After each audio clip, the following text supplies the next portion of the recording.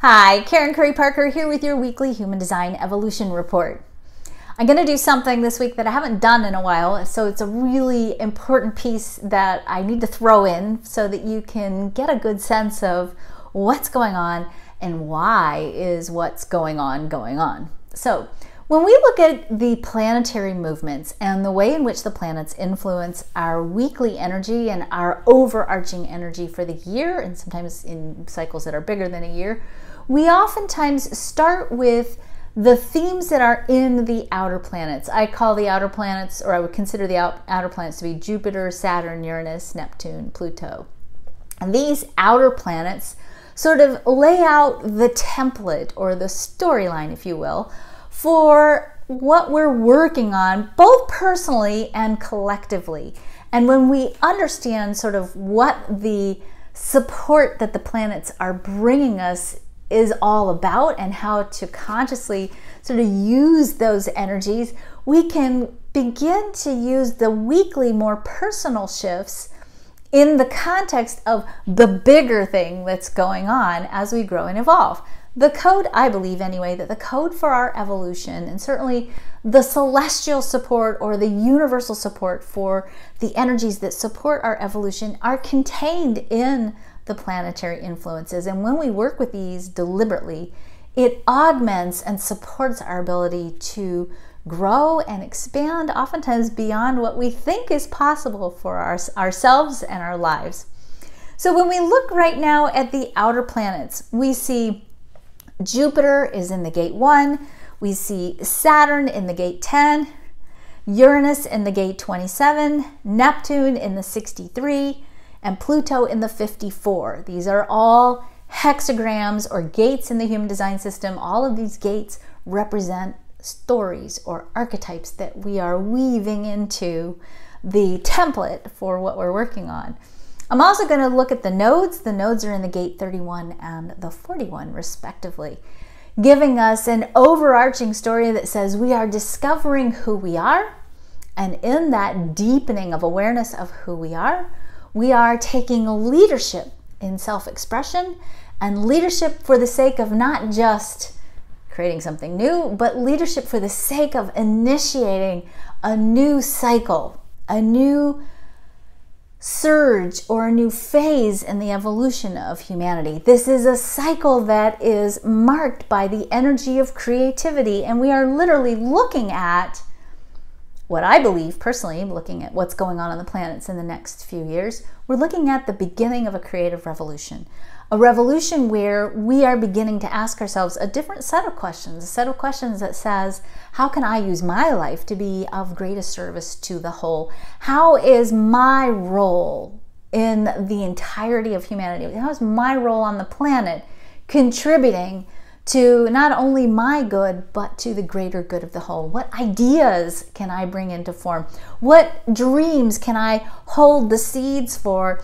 What possibilities can I serve as a sacred steward for, so that when we all continue to come together in community, as the nature of how we experience the world changes, when we all come together in community, we're each bringing into that community those little ideas, those dreams, those possibilities that we've been harboring and holding and nurturing and taking care of. Sometimes for some of you, your whole lives, you've been holding on to these possibilities. Time for us to begin to drop those seeds into our communities, to begin to grow those seeds, those ideas, those elegant solutions for the challenges facing humanity. That time is coming, and we are all learning individually and collectively how to create beyond what we have in the past thought was possible. We're expanding, we're growing, we're literally evolving, and as we face challenges that maybe can feel insurmountable, or problems that maybe scientists are telling us are impossible to overcome, we know, and many of you know in your heart of hearts and have for your entire lifetime, that the elegant solutions to the challenges facing humanity are out there, and they are sitting right now in the body of humanity as seeds of inspiration, seeds of potential, divine sparks, if you will.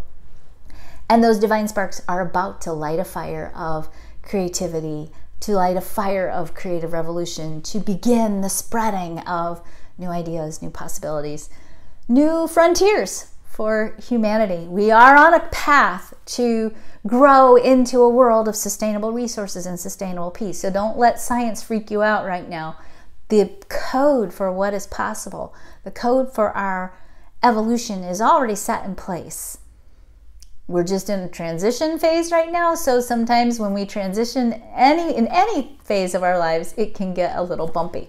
So the outer planets right now are laying the framework or setting the tone for a story that says part of our purpose right now is to discover for ourselves, or to deepen for ourselves, our own sense of self-love, to discover that in the expression of the truth of who we are, the full true story of who you are, your story, who you are, is the contribution that you make to the world.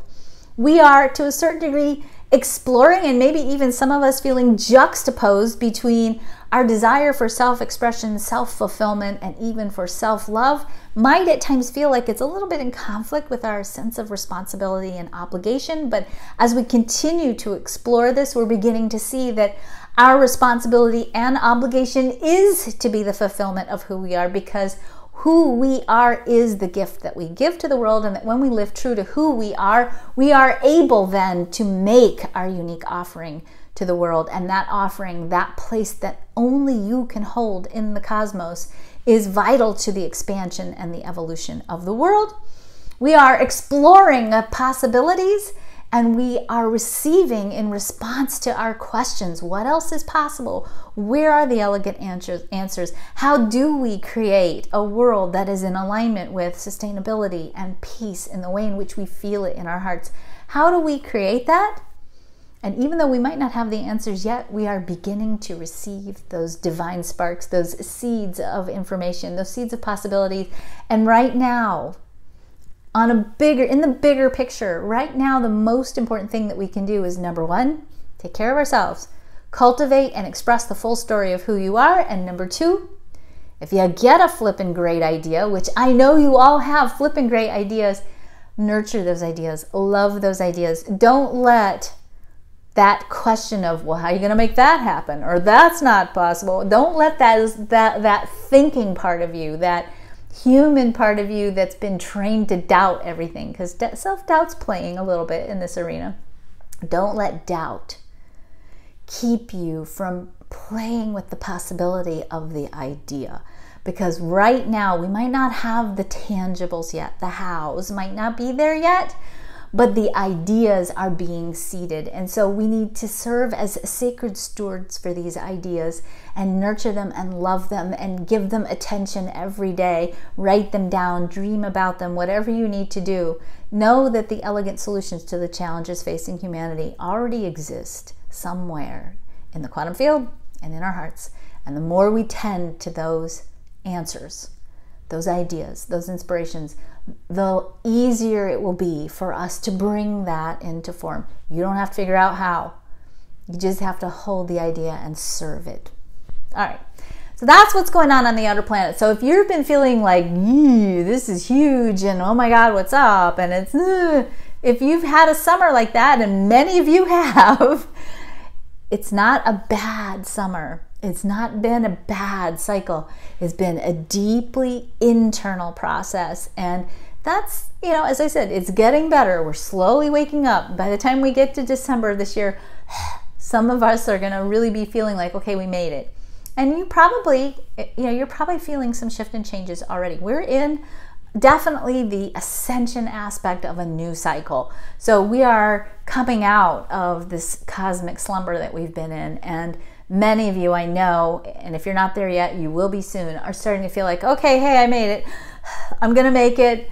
It's changing. Definitely we are feeling the energy of new beginnings, but it's a slow and steady process, and I'm saying that deliberate for you this week because we are moving into an energy with the sun in the 40 and the earth in the 37. We're moving into an energy that's going to give you the opportunity to explore the balance between how much do you go out in the world, how much obligation, responsibility, commitment, how much work do you give to your community, to the people around you, to your family, to your whatever else you're doing, versus what do you need for yourself? What do you need to drop into yourself and find that place of self-calibration, restoration, nourishment?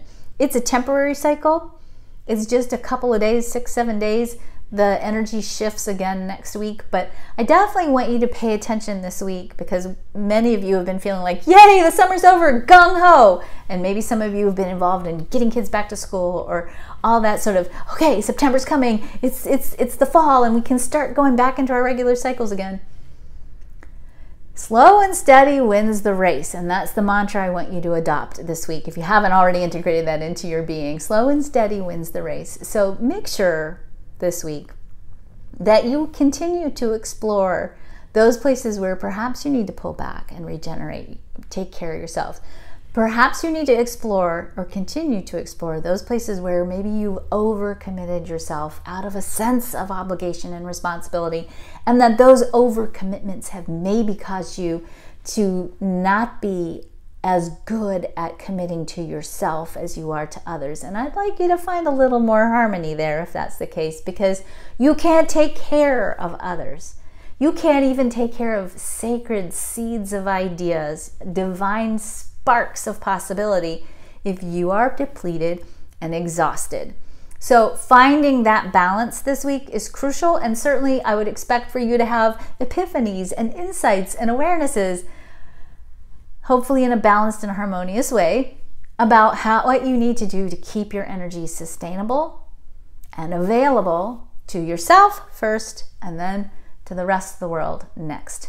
So that's our journey for this week. I do want to just say your intuition this week is very high. Trust your inner knowing. Trust yourself. And if you get into a place of feeling burned out or overwhelmed or confusion, pause. It's always a good idea anyway, right? Pause. Go take a bath. Go sit in some water somewhere.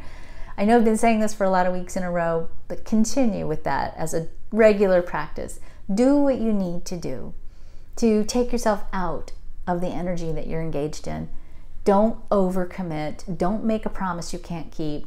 Don't throw expectations on others to take care of you if you're not doing it for yourself first. Take some breaths. Do what you need to do. Get some rest, and then keep going. Slow and steady wins the race. Have a great week.